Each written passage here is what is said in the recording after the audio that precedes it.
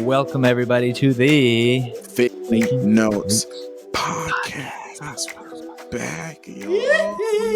Oh, producer Daniel's in the house. Jamon.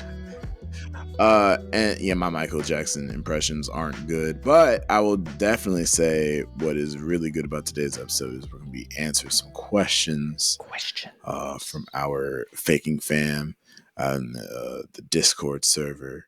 And, you know, this first one from Emmanuel, it's kind of like piggyback. It's dovetailing off our last conversation, you know, our latest episode, the about stage fright.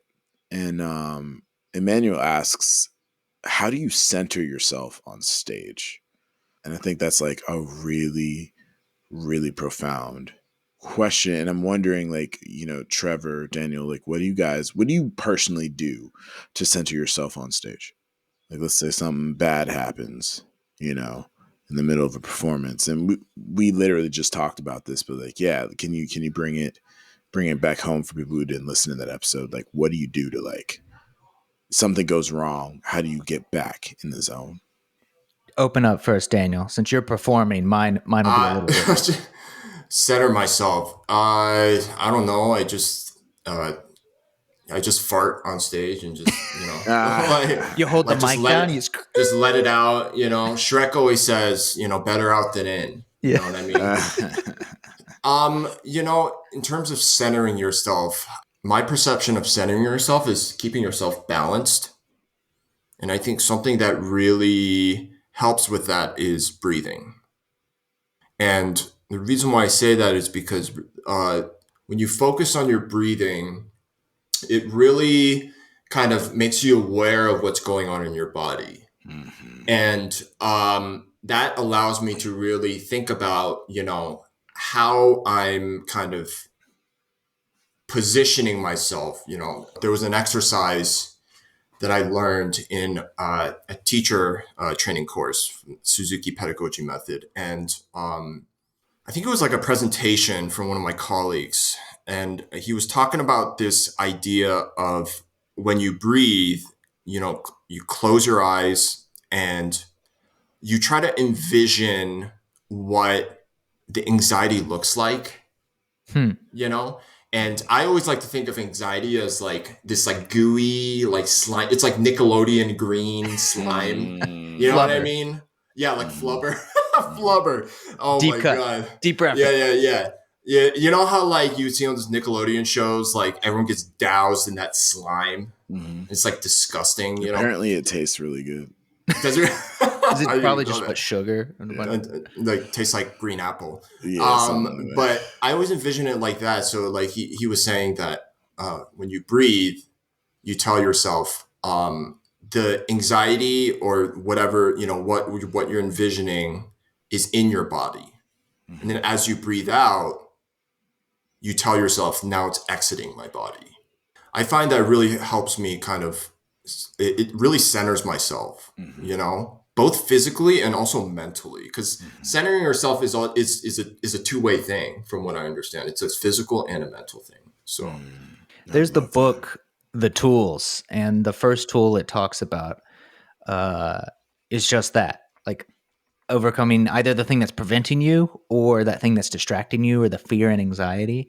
And to kind of boil it down, it's describe something similar. It's like imagining some type of physical, metaphysical existence of the problem as kind of like a cloud in front of you. And it basically tells you to you really focus in on it. You're honing in on this cloud. And then you're supposed to say, fuck you to the cloud. And you walk through it. Like, that's it. Like, just, it's a simple little routine, and it tells you to practice this and do this with everything, whether it's high stakes, low stakes, but you're just imagining it. Fuck you. You're taking control over it, and then to pass through it, because it doesn't need to block you. It doesn't need to be a part of what's holding you back. It's just a thing, and it's a cloud. You can walk through it. It's not some big scary monster, some scary rock. What about you, Drew?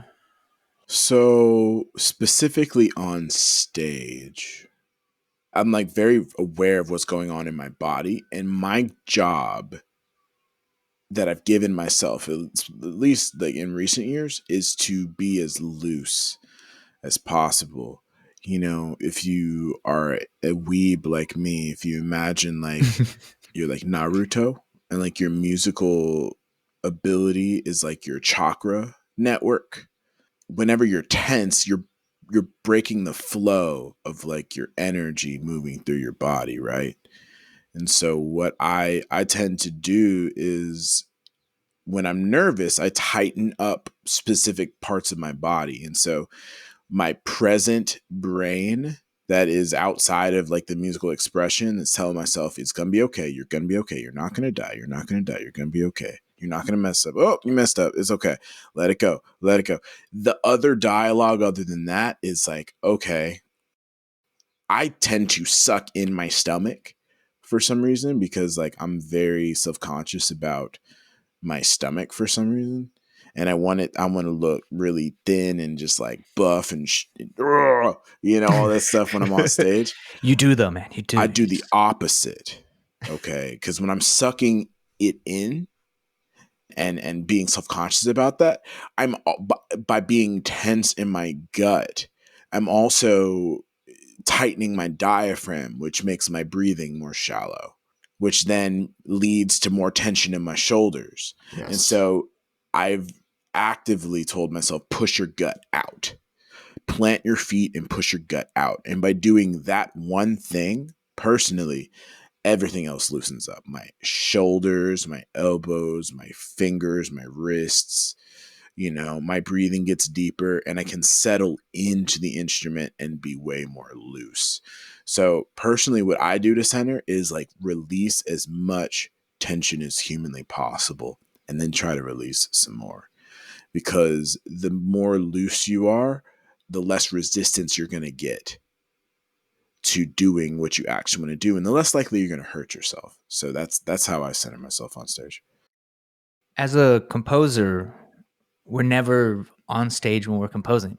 It's this weird thing to where everything is kind of in reverse. That alone time, your practice room, is the scariest moment because that's your stage. You're creating what's going to go on stage.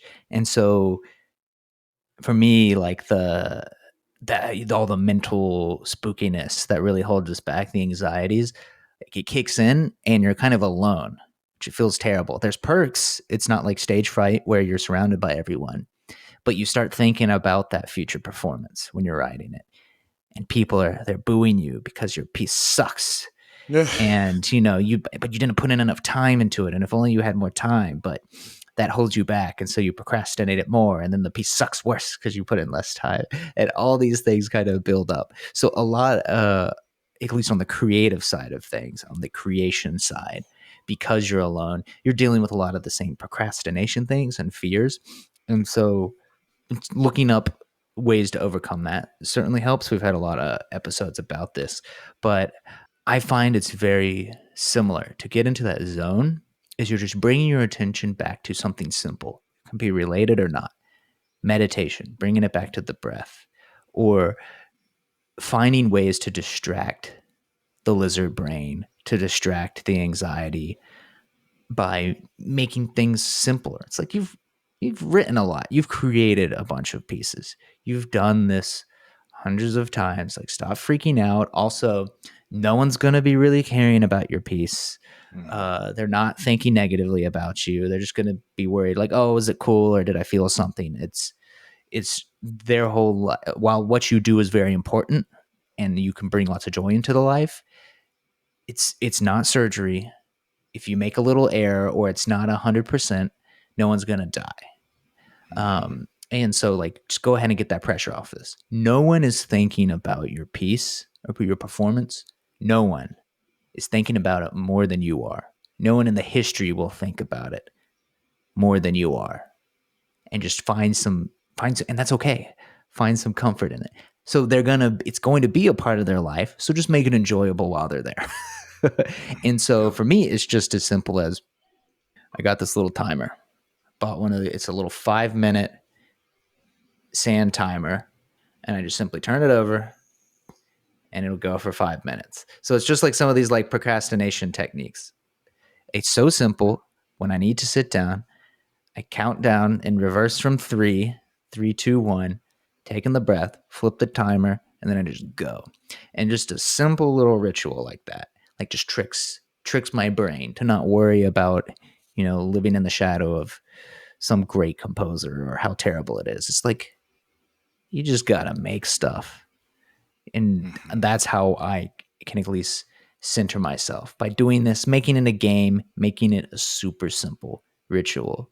I see an extension of this question.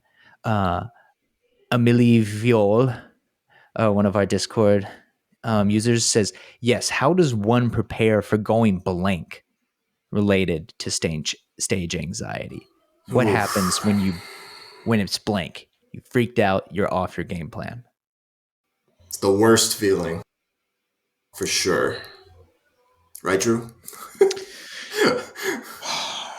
I'm going blank right now. No, I would say it's normal. Yeah. And honestly, I'm thankful that this is gone. Like this part of my journey is no more. I don't really go blank anymore. Mostly because I think of music more horizontally. I think that when you go blank, you tend to lose sight of the overall story. It's kind of like watching a movie that you really, really love and that you've seen a bunch of times, but there's like, the beginning, the end, but you forget what happens in the middle. Mm-hmm. And that's because you haven't really walked through the steps of like, if this, then this, and if this, then this. You don't understand the path yet. And it depends on like if you're doing solo Bach. If you're doing solo Bach, that can be a little harder to like. So easy. It's to go blank. String of 16th notes. So easy. Part of it is just repetition and knowing what comes next, and then being able to latch on to that. And if you go blank, go to the next thing you remember, even if that's like 4 lines down, right? Like, yeah, it's an aspect of the work that you just can't get around. And if you've done enough of it, you'll have something to latch on to. And if you haven't, it's a lesson to like remember to go back to the drawing board. Yeah, I mean, I think it really goes back to what Trevor was referring to in the stage fright episode, which is, the wise words that Obi-Wan told Luke Skywalker in Star Wars, just to trust your feelings. Trust your feelings. You know I have the high ground. Yeah. Just trust your feelings, because trusting myself prevents this idea of going blank. Trusting the work that you put in, because if you put in enough work and if you put in enough repetition, then it's just kind of like something you need to think about. It might be different for everyone else, but going blank for me, like I have to think about it and then it happens. Mm-hmm. There's like this thought in my head. It's like, what if I miss this note? And then boom, it happens. And then I'm like thrown off. So because I'm actively thinking about it, it happens. Mm-hmm. So like, what I do in my performance mentality is that I trust myself that I know exactly what's happening, and I'm going to trust my body, my fingers to do that for me. And, it's going to happen to the best of us. I've seen, like, I kid you not, I've seen Yo-Yo Ma go blank in concerts. Really? Yeah. Like it's just something you have to accept. I mean, like for me as well, in a recent concert with Drew in San Diego, there was this one section of a song where I just went blank. Really? But yeah, I went totally blank. Fire. No. But yeah, right. Exactly. Yeah. I went completely blank, but there was 2 things I did. One, I didn't advertise it. Bingo. And 2, it actually sounded good. I looked back on the clip and it actually sounded pretty good. It was like almost like a silence and then like a beat drop or something like that. Yeah. You know what I was mean? this a Taylor Swift? When was it? This was this was the Ed Sheeran concert like last week or whenever. I didn't even notice you dropping out. I guess. Yeah. I dropped out because I went blank. But so Wow. honestly, for the Faking fam, like going blank and just kind of like stopping, having one of it actually might sound good. And yeah, it might actually sound like you didn't make a mistake.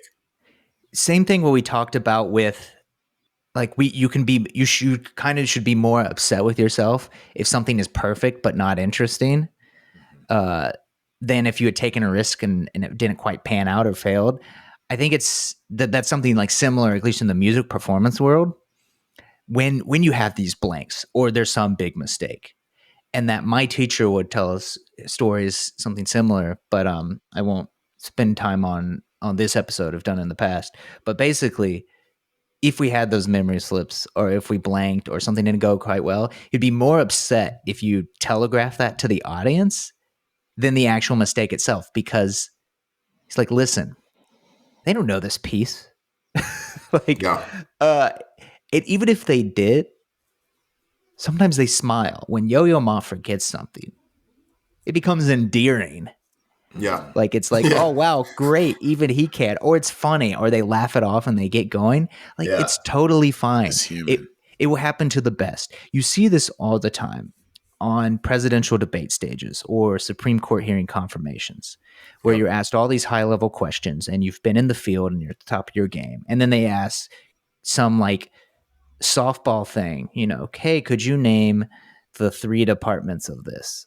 And like you work in one of those departments, you're going to be in charge of the world, and you just forget because you're not like thinking at that level. It's that are you smarter than a 5th grader? You absolutely are. But when you're asked these basic fundamental questions, you haven't thought about that for forever. So it's having things by rote or by memory isn't a direct assessment of your artistic ability or your mental capacity. It's not everything. It's just part of the equation. And so I think it is good to remember specifically. Also, Eric also had asked a question, how to handle memory issues. And I think it's just understanding that you're going to have it. The last example, again, from a Hidden Brain episode about stage fright, was at Obama's confirmation. Justice Roberts walks up, and they're doing the hold the Bible, hold the Constitution, repeat after me. You're getting sworn in. It's the most viewed inauguration in history with the biggest crowd size, the biggest crowd size. And I forgot about this. These people have been in high pressure situations their entire life. They're literally some of the most important people in the world. And they flub the back and forth, like repeat after me. I, Barack Obama, I remember this. Swear to uphold the Constitution. Justice Roberts says the wrong thing. Probably like he just mixes up the words. I responsibly hold the blah, and then it trips up Obama because he's been practicing this moment, for quite some time. And then there's this like cute little endearing thing where, hey, he's about to be the president for 8 years of the free world, and they're fucking up the speech at the inauguration, and it's a repeat after me, like they're reading the script. And I mean, it just goes to show that you're gonna have those moments. They're laughing it off. They it's like oopsie, but what caused that?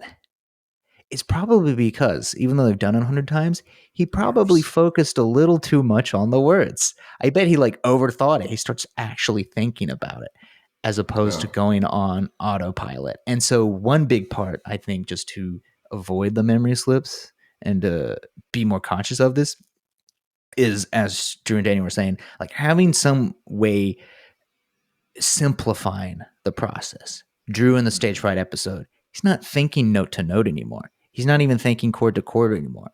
He's thinking like sectional, piece, melody.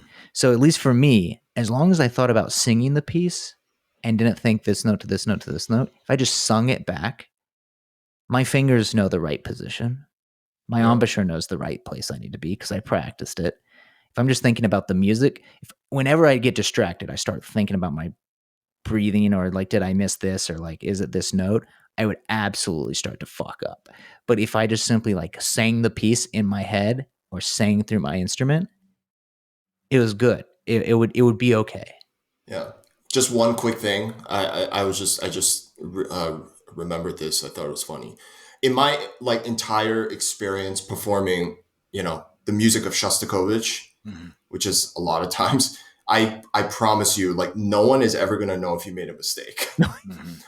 It's only you, right? Am I right, Drew? Yeah. Like it's so interesting. In particular, with Shostakovich, it's like, oh, I messed up here. Audience is like, I didn't hear it. I'm even talking like professional musicians. Like, I didn't hear it at all. What are you talking about? I think it's so interesting. You have to realize that, and this is something you'll really get when you record, right? It's never as good as you thought it was gonna be. Trust me. It never, Oh, yeah. like you're like, I killed that shit. And you listen back, you're like, ugh. Yep. But by the same token, it's never as bad as you think it's gonna be either. Because you're like, oh man, that one note was so out of tune, or like, oh man, the articulation was so off. And you listen back and it's like, actually, not that bad. Really not that bad. Yeah. Every time. It's because like when you're in it and in the moment, everything moves slower. Your brain is just moving faster. Yeah. And thinking faster. But honestly, it's all good, right? It's all good. So I want to like jump into this because like we have a couple of questions like pertaining to other genres and recording and all this other great stuff. But before we get into that, Emmanuel also had another question about like, how do you switch, while you're performing in a concert and you have a lot of different moods, how do you switch between moods or between genres or things like that? Maybe Daniel, you could speak to this and I could speak to this. So moods being like emotions or like different kinds okay, of sounds. so we play different music with different muscle sensations. Like let's say you've got like really high octane Shostakovich, and then you've got like Mozart. And then you got Mozart. You've got Brahms. And then so how do you move between those different, or like it could be more extreme. You got Piazzolla, and then you've got Van Halen, and then you've got Taylor Swift. Those are all the same. Same moods. Yeah. No, actually, like in all seriousness, I was thinking about this not too long ago. I mean, what is so different between, something like Van Halen and I don't know, like a really rocking out kind of piece, like a Shostakovich 8 second movement. What is really so different about that? Now, in terms of the sound atmosphere, that's obviously different, right? And now I'm thinking about it. Shosti 8 second movement, it's about war. Oh yeah. So maybe that's not a good example, but like what is so different between a love song from Schumann or like Beethoven and Taylor Swift? They're both saying the same thing. In terms of genres, like switching between genres, I really think it's about educating yourself on these genres and immersing yourself in these genres. Because I see so many classical musicians just listening to classical music. Yep.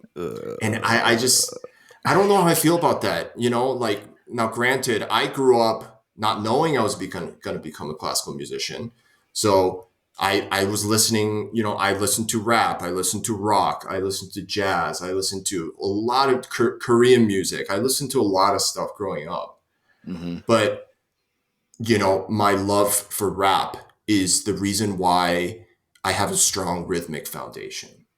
And I always think that my huge Ray Charles phase, believe it or not, I'm huge on Ray Charles, is the reason why I know how to play soulful pop and R&B and all those things, the nuances, the little nuances and stuff like that. I didn't know you were into Ray Charles, bro. Dude. Jeez. Ray Charles, like I'm telling you, he is probably Ray Charles, bro. Dude, one of my favorite, if not my favorite musician of like all time. Wow. Just unbelievable. But anyways, So immersing yourself in these genres, getting a sense of what is different in terms of the sound environment, because the emotions are all the same, Mm-hmm.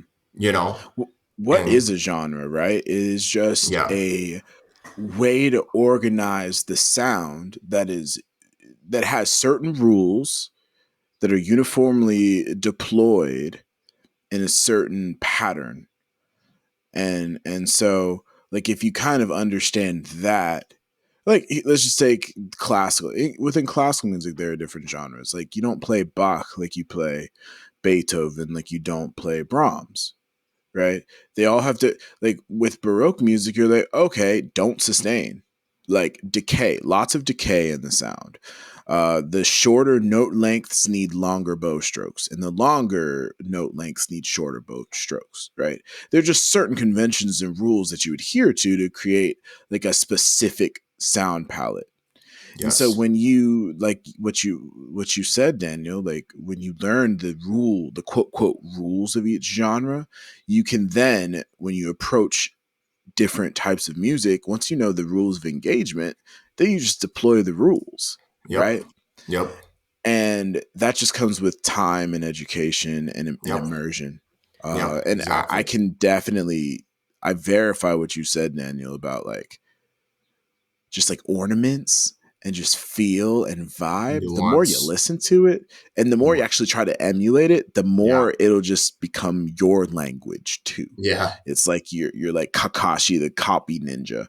You yeah, know, you just freaking like get all the jutsu yeah, and And then man. deploy it when you need it.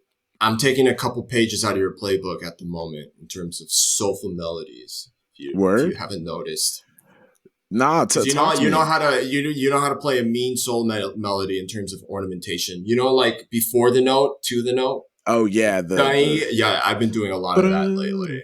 dude, Talk to I'm you. literally copying Kevin Olusala. You Oh, know, really? yeah, KO. Okay. KO Shout hilarious. man. out. Come on the Copying. We pod. got to get him on the podcast, but Oh, we do. On the creation side of like mhm, writing in different genres, it's the same thing. mhm. You gotta be educated in the genre to understand the quirks, to Yep. not just bring in a classical mindset into these other genres, because we've all seen it, we've all heard it, a boring arrangement or a horrible performance of some pop piece because they're playing the notes in the right place and they're missing everything else about that song that makes it special. Because if you write down 99% of music onto sheet music across the world, because of the conventions of notation, it's going to lose all of its magic. It won't look special. But that's not the point or the objective of that song. So, me, besides education, I try to think about what is the goal? What is the objective of this song? Is it to make you feel? Is it to be sung along to? Was the production of this album what made it special? Is it the lyrics that made this one special as opposed to the melody? Is it the rhythm? And so I think about like what really is the goal of what I'm trying to do here. If I want people to sing along, I'm going to try to play it in a way that makes it easy for them to sing along. If I want it to be soulful, is this a singing melody? I'm going to sing that sucker through the instrument.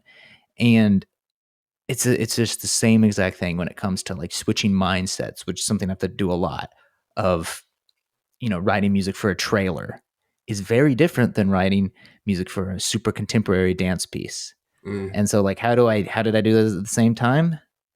Is just remembering what the objective is. What is the goal? And to keep it simple. And so, like, the step beyond just genre is look at Netflix. They got these little subtitles, and it's just three things. It's like this movie is thriller, comedy, outlandish. They spend a lot of time thinking Yeah. of those little categories. And that's Yeah. kind of all you need to kind of get the point across of like what you're Yeah. going for. So if you just keep it simple, if you've done your homework, you've listened to the genre, you've learned the rules, you're just finding three words or something. And I think it's if you just write that at the beginning of your part, on your score, or in the file name, if you just remember something simple, don't give yourself 50 things to remember. Something simple. 3 words. And then as long as you're living up to those 3 words, those subtitles, those objectives, you're going to do great. That's amazing. So, I think the last thing we'll kind of touch on is well, before we move on to recording, because we have a wonderful question from Andrew Lara. But before we hop into that, I just wanted to finally say, like, if you want to do other genres, like, it's literally as Daniel said, like, don't just listen to classical. Like, what Daniel was talking about, when he said, like, I do like grace notes and stuff like that. I've learned that because I listen to guitarists, like jazz and blues and R&B. I want to play neo soul and R&B viola, like, and I listen to those guitar players and they make these really tasty chords, but it's not the fact they move from chord to chord, it's how they approach each chord, and they do it with different ornaments and grace notes. And so I've been internalizing that by just watching tons of Instagram reels and YouTube videos, just watching them play. And I think that one can apply those things to any instrument. So go outside of like, okay, so this is something I've been thinking about a lot, and I want to put this on wax. It is my firm belief that a lot of people fail in classical music because they try to sound like each other. Your goal is not supposed to be trying to sound like somebody who's already made it, because if you do, you're never going to be them. You're just going to be the budget David Oistrakh. You know what I mean? So what should your goal be? To sound like you. And how do you sound like you? Well, get your influences from places that other people, if everybody's being influenced by the same thing, they're all going to sound the same. So I was like, okay, so if I want to sound like no other violist on planet Earth, what if I just listen to non-violists? What if I'm a violist that listen to guitarists? How many violists on planet Earth listen and try to like emulate guitarists? Not very many. Ken Kubota. He's the only cellist that I know on planet Earth who plays a cello like a guitar.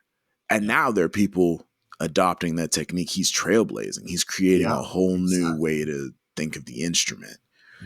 Right. So I want to be this Steve Vai of cello.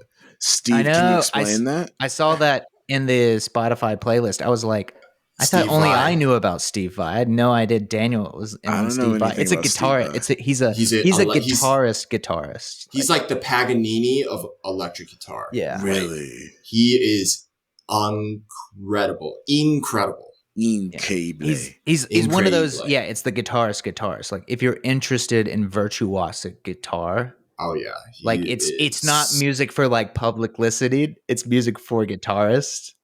Yeah. He's incredible. What about Ichik?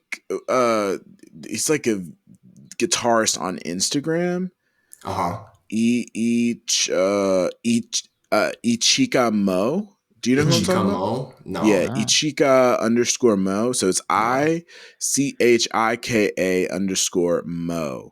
Okay. This guy is literally the greatest guitarist I've ever seen in my entire life. Like, I watch his stuff ad nauseum. Yeah. Every one of his videos makes me think, oh, I haven't done anything with my life. Okay. He is phenomenal. If you want to see like how far you can go with an instrument, watch Ichika Mo. Anyway, exactly. That's Steve Vai. Okay, so we have a Spotify playlist. Yeah. We have a video. It's on the Spotify playlist. Official Faking Notes podcast. If you want, Faking Fam, if you guys want to listen to Steve Vai, look up Tender Surrender on YouTube by Steve Vai. I used to be able to play almost all of it on guitar. Really? Yeah, in my heyday. Like there's a couple because I was super into virtuosity. And so of course I was a big Steve Vai buff. There's like a couple passages where it's just like, no, that's not gonna happen. Dude, video or it didn't happen. That's what I'm saying. Yeah, we're 10 years away from those days. So like, I mean, but can you bring it back, please? Like VHS, where's the VHS? Dude, I'm early telling YouTube you, like, days. we need content. Boy, like, those were something else. Like learning that, and then you get other like I don't know. He's just so nuts. Yeah. So Anyways. when it comes to recording, Daniel, Man. do you have advice or comments on like recording sessions? Like, let's say you get called to go do like a Netflix show or something, and Yeah. you haven't seen the music. Yeah. You show up, they put the music on stand, and they're like, "Okay, we're gonna give you measure 3 for measure 5. Mm-hmm. Here we go." You know, Yeah. and then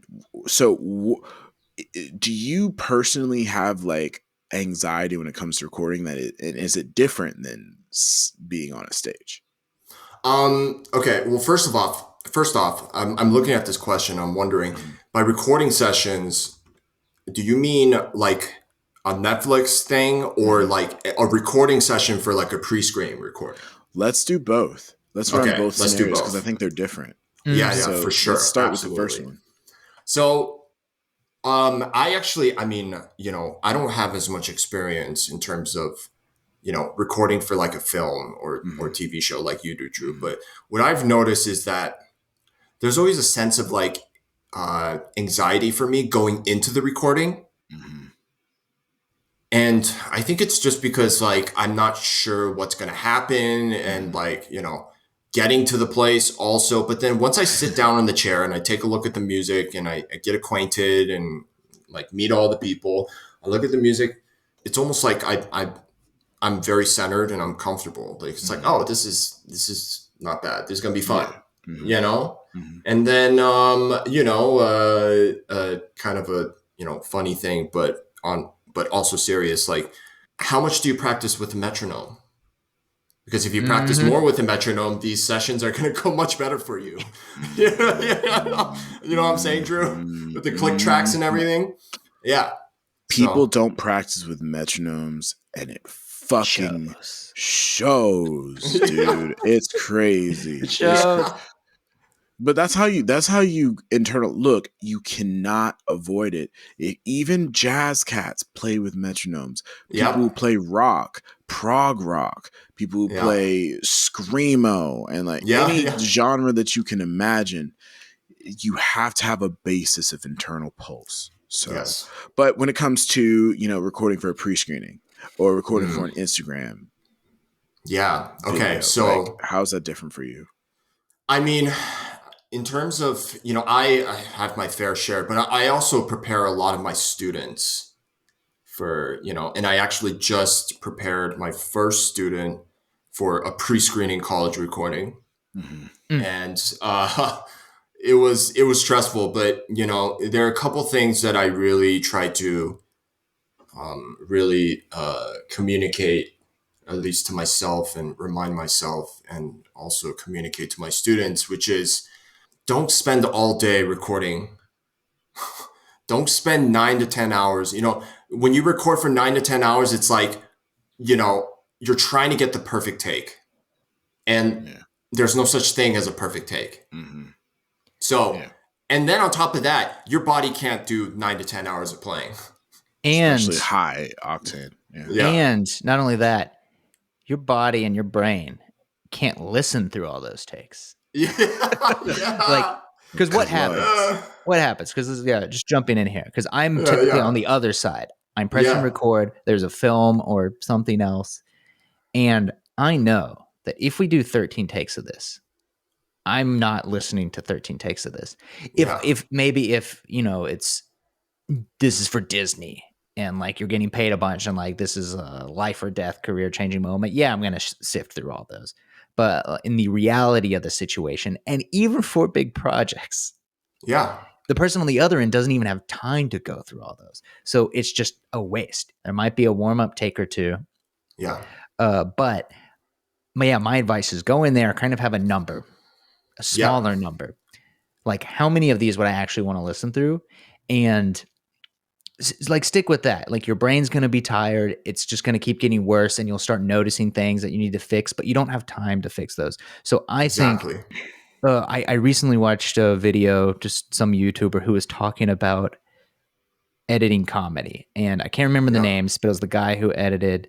There was the guy who like edited like Curb Your Enthusiasm and a bunch of other comedies. He's the main editor, and he wrote a book about editing comedy. And so his strategy simply was he looks at the last take and works backwards, because comedy requires tighter editing. It requires tighter editing, and they don't do a bunch of takes. Often things are really slow when the actors are getting used to the script. They're comfortable. They're getting used to the situation, and he'll show it like the recorded version and then the final take and the duration. So a scene that was 2.5 minutes will wind up being like 52 seconds.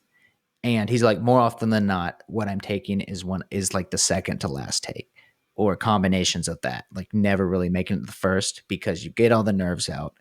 And vice versa. So if you're doing run throughs and it's required run through, like consider that, like working backwards. Like if you start noticing more errors creeping in, just stop, look at what you already have. It might be good enough. If this is one of those things like for a film where you're compiling takes, yeah, don't do that many takes. You don't even have time to listen through all of those. Yeah. Like you got it. You got it in there. Yep. Also just trust yourself. Like, we're going to go backwards with me, but shout out to Andrew Lara for this wonderful question about like recording and the mindset. Discord server's been blowing up, y'all. We love join us talking to you. Join us. Big and Finn. Like it's like really, I know we sound like a cult, but we're not. I swear, we have cookies. Death cookies. But so what I think is like really interesting, I'm going to go in reverse order talking about like recording for either auditions, or for me it's often Instagram. Like what you don't see is like I'll sit there for an hour or 2 hours trying to record the same thing, and I will have dozens of takes. And typically what it is for me is a form of practice where I'm trying to get a better idea of what I really want to say.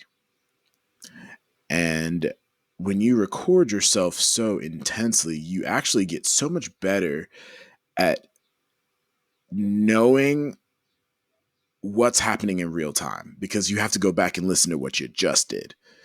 And so then you start knowing, okay, that wasn't a really good take. And that wasn't a really good take. And honestly, I get so nervous when I turn the camera on. I only get better at it the more I do it. Like, and if I haven't done it for a while, it'll take longer, because like I just get nervous. I'm like, and then the craziest thing is like whenever I do the best take is when the camera will have run out of like, it will have died, or I will have run out of space and it will have grabbed the first 10 seconds of it. And like, oh, that was the one. Because you'll know when it's the one. You'll be like, oh yeah, that felt really good. And it's like, card is full. Yep, tilted. No! So tilting. So what I will say is like, for social media side, look at it as practice, not as performance. Look at it as practice, and you're documenting your practice. When you do that, like the shit changes, because then the stakes are so much lower.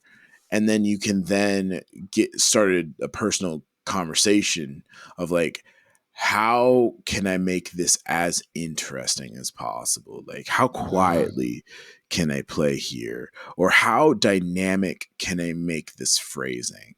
Like, how can I use my bow with maximum efficiency? And then I'm like really working like, wow, I'm not even thinking about intonation. I'm like, okay, let's make sure my bow is doing exactly what I want it to do, because I want to say something here. And then you start, it changes like your feedback mechanism of like practicing. Because usually when you practice and you don't record yourself, it's like you can let yourself get off with bad habits or playing badly. But when you're putting it on camera, it's a whole nother level of accountability. So I would say it's healthy. Do it more often.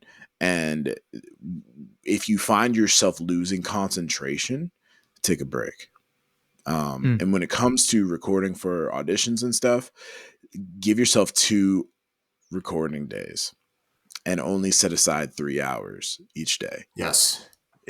Don't set aside more time. And typically you'll get it done on the first day because you have this feeling of security knowing that you have one more day in case things go terribly wrong. Right. And then when it comes to like the recording in a studio for like work and stuff like that, I feel similarly to Daniel. Like I don't really get nervous necessarily because I've been doing it for so long, but also what you're doing is adding the garnish to some sort of musical composition. And so the stakes are lower. You have to realize like, yeah, you have to show up and kill it. But oftentimes like it's rare for you to be asked to do stuff that's impossible. Yeah. Yeah. You know, it's pretty simple. It can be very simple work. So it's not Mozart. It's not Brahms. Exactly. There's no like expectation. Playing footballs. Yeah. Unless it's Danny Elfman music, then you're working. Practice. Then you're working. You better practice. And I think just to put a little bow on it, just don't let the recording session be the first time you're recording. We all have phones. And even if you're not going to listen to any of those, I'd advise you should. You should be. See, I'm a composer. I can say like self-tape because I'm lazy. Like I don't have to. Like we know I'm going to tape myself humming or thinking. It's depressing. But like everyone's saying there's all these great people who are winning auditions and crushing it, and so many of them self-tape. Drew's doing it for Instagram.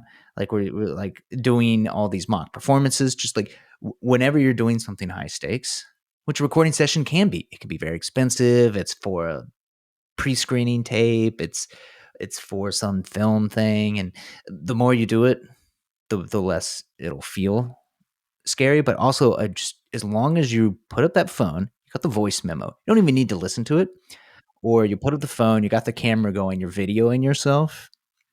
The more comfortable you get playing for the little red dot, playing for the phone, that when it's a bigger camera or a bigger red dot, and you're at East West Studios or you're at Warner Brothers or whatever, it's like, who cares? You've done it before. You've gotten used talking to the camera. And in the Max case, I'm staring at a little green dot, but you've just gotten used and comfortable to the act of doing it, so that it's simply less spooky when you actually need to go in and do it in the moment. And that's all she wrote, y'all. Like, thank you so much for your questions here, Faking Fam. Like, this has been fun. Thank you, producer Daniel, for hopping in here and dropping some absolute truth and knowledge these past couple episodes. Let us know how much you love producer Daniel in the Discord server. He's blushing, I can tell. And we want to do more of these episodes. So like, send us more of your questions in the Discord channel. What is it? Podcast discussion. Go join us there. Ask some questions, and we'll be shouting y'all out in future episodes just like this. Don't be shy. I think, fam. We'll talk to you soon. Okay, y'all be safe. Peace, everybody.